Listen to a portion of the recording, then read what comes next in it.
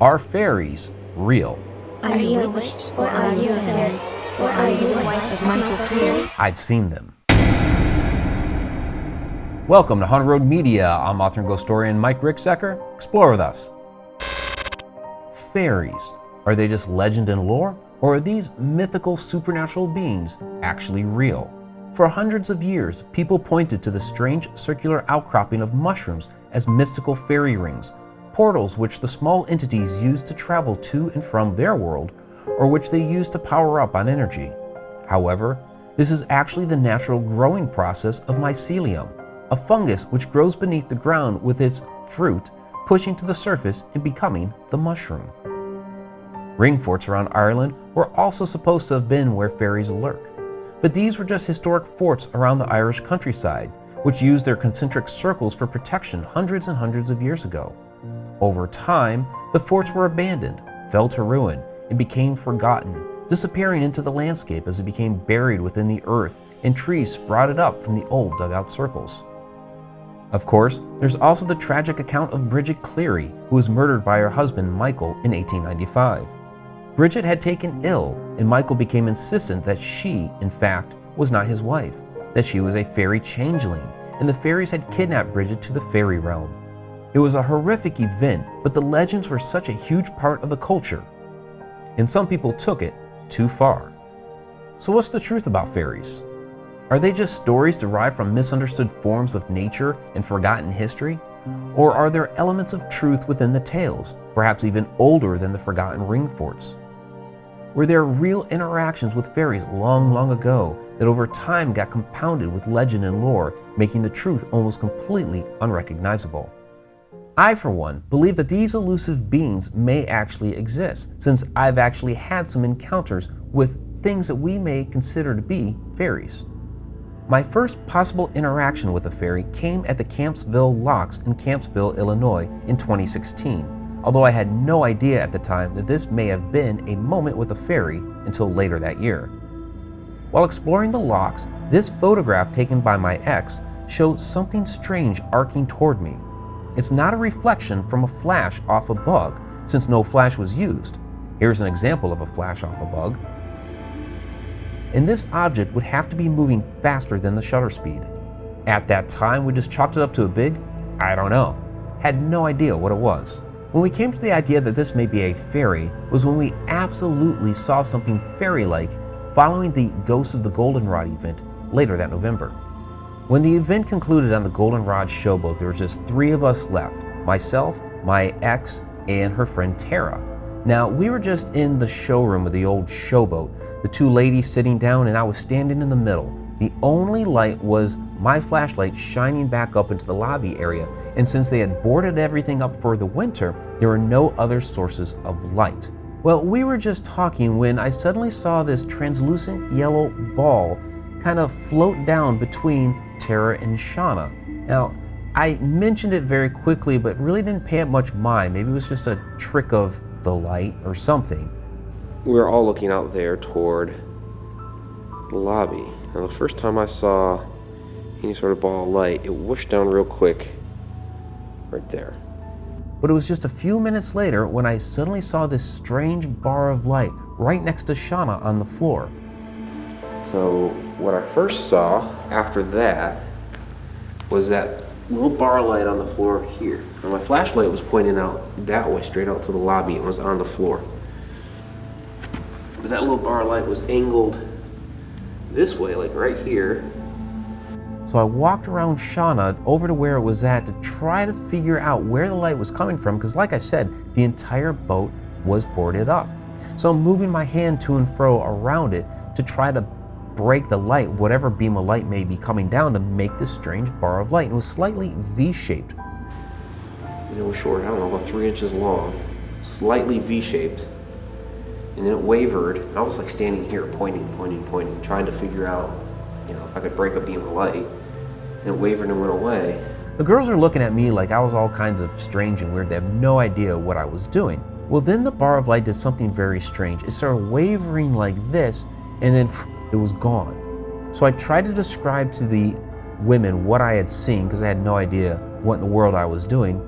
And while I was doing that, suddenly that ball just whooshed around Shauna. Like a minute later, I saw it whoosh around you. And they still hadn't seen it, they still think I'm off my rocker, but then a moment later, that translucent yellow ball of light was again in the air and boom, boom, boom, bouncing all over the showroom. They finally saw it, and we truly believe that this was some sort of entity that was there with us. Now, Tara is a psychic medium. She was hearing things when we were saying, wow, you're fast. She was hearing things like, I know. None of us had any video left on our cameras from the event that night, but we do have like a 4-minute audio clip of this interaction that we had with this ball of light dancing around the showroom. Oh, Did you see it? yeah. It was over there. Yeah, you saw that too? Okay, cool. Because I was like, it's not over there. It was if it was a twinkle, it was a big one. Yeah. Yeah, it was almost like a ray of light. Yeah. You guys are picking up the pace. What is going on? Where are you? I mean, that was a pretty good size. That one was in the air. Pretty good size orb. It was looking across here. Like it was round. Well, finally, the last time that I saw it was when it swooped down between Tara and Shauna and out into the lobby. Whooshed between the two of you and out to the lobby area. Now, given this amazing interaction with this translucent ball of light and this bar of light, which I believe was transformative, I believe that whatever was that translucent ball became that bar of light on the floor and then became the translucent ball again. But given this interaction and the photo that we saw that summer, were these perhaps water sprites? A type of fairy that lives near the water. At that time, we also began seeing what we called twinkles throughout the showboat until the boat was unfortunately burned in an arson fire. Come on up and introduce yourselves. Come on up and introduce yourselves. In a quest to determine if what we had seen were truly fairies, we hit the research. But it seemed like every source we uncovered was simply filled with myth and legends and lore and really didn't tell us anything about actual fairy sightings. Many resources even describe a fairy hierarchy, but what I want to know is who in the world interviewed the fairy to get all this information about the hierarchy of the fairy world. Fortunately, I did have another sighting a few years later, but it was a bit different. It was in the woods behind the haunted Hinsdale House in New York, when I also saw what may have been fairies while investigating the property with Megan Talbert in late September 2019. When I tell this story, people like to say that these possible fairies were actually fireflies. However, this was the wrong time of year for fireflies. This was late September, and these were blue lights that we saw. Now, blue fireflies do come out in June in some areas around the Carolinas. However, again, this was late September and we were up in New York, not down in the Carolinas. So these weren't fireflies. When Megan and I first saw something strange back in the woods behind the Hinsdale house, we had seen way off into the woods this strange ball of blue light. It was moving a bit between the trees. And what was interesting about it was as it moved between the trees, it also would become blurry at times, kind of fade out, and then it would get a little bit brighter and then we could see it clearly. And it was doing this for quite a while. Okay, so out in the woods here, and we're seeing some different lights back over there, which may just be some stationary lights on the neighbor's property. Hard to tell, but then we had that crazy, weird sound in there. We have no idea what it was, but the blue light is kind of dancing around a little bit. I have to keep moving in order to see it. I'm sorry. No, that's okay. Yeah, I need to. I'm here. I can see it, but I have to keep kind of swaying to keep my eye on it. So it makes me think it's not completely stationary, and it's like Kind of flashing hovering a little around bit. the same spot, yeah. And it does flash, yeah. Yeah, I know, like when I first saw it, it was kind of like blurry a little bit, which is kind of weird. Well, we finished up that part of the investigation and did a regular paranormal investigation down in the haunted Hinsdale house. We took a break a little while later and went outside in the backyard to stoke up the campfire. And as we're just sitting there talking, little blue lights started to come down out of the woods. We saw them come down the path, we saw them in the tree line, and they started to come closer and closer to us. Well, this was absolutely fascinating, so we went out to take a look at the lights. And what was interesting about this is the ones that were up more in the trees were kind of twinkling and moving about, while there were several that were on the ground. And what happened when they were on the ground was they would like fade in really bright and then slowly fade out. Yeah, right there in the path, right there in the path. Hi, hi. It's you.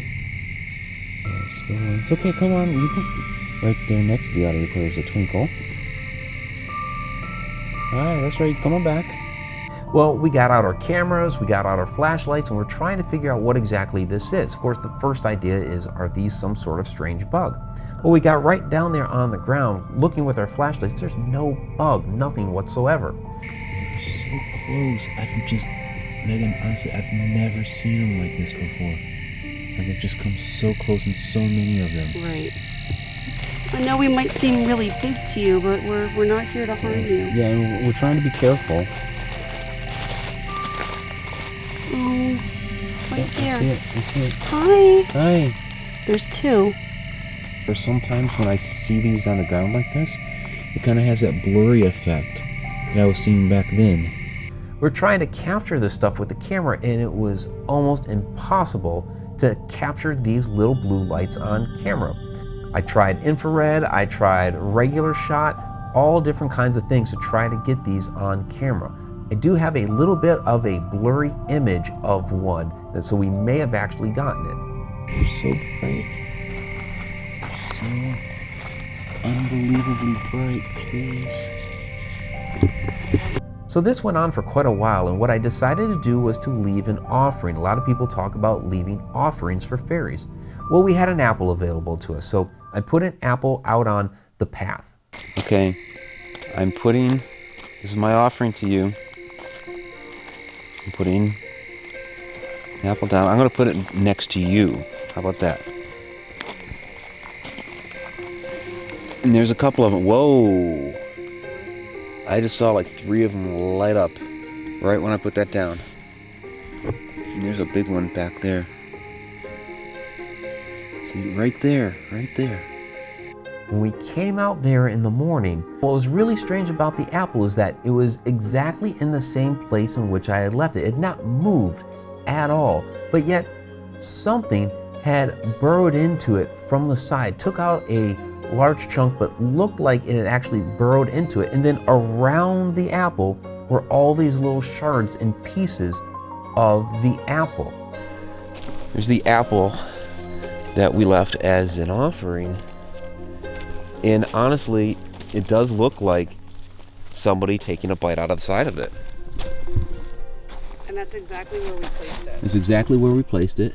And if that... It's nothing big. It's not like, definitely a deer did not take a bite out of it and leave it there. If it was a deer, it would have been in a different location. Yeah. Something small ate into it. I was gonna say it's like almost not hollowed, but it's not just a bite. And there's chunks of it around. Yeah. Like it was, and there's pieces of it, like it was There's carried pieces of off. it over there. Yeah. Interesting. Well, if it was a deer, it would have actually taken the apple and walked off with it, or if it had taken a bite out of it, it would have moved the actual apple. The apple wasn't moved. If it was a bug that would have burrowed into it, we wouldn't have all these shards of apple around the apple itself. So it seems like our little blue friends may have taken up the offering. These entities in New York and Illinois were certainly real, and they did seem to have an intelligence about them. Were they fairies? I believe so, but that's for you to decide. And for more videos about supernatural entities, please check out our other videos off to the side. I'm Mike Ricksecker. Until next time.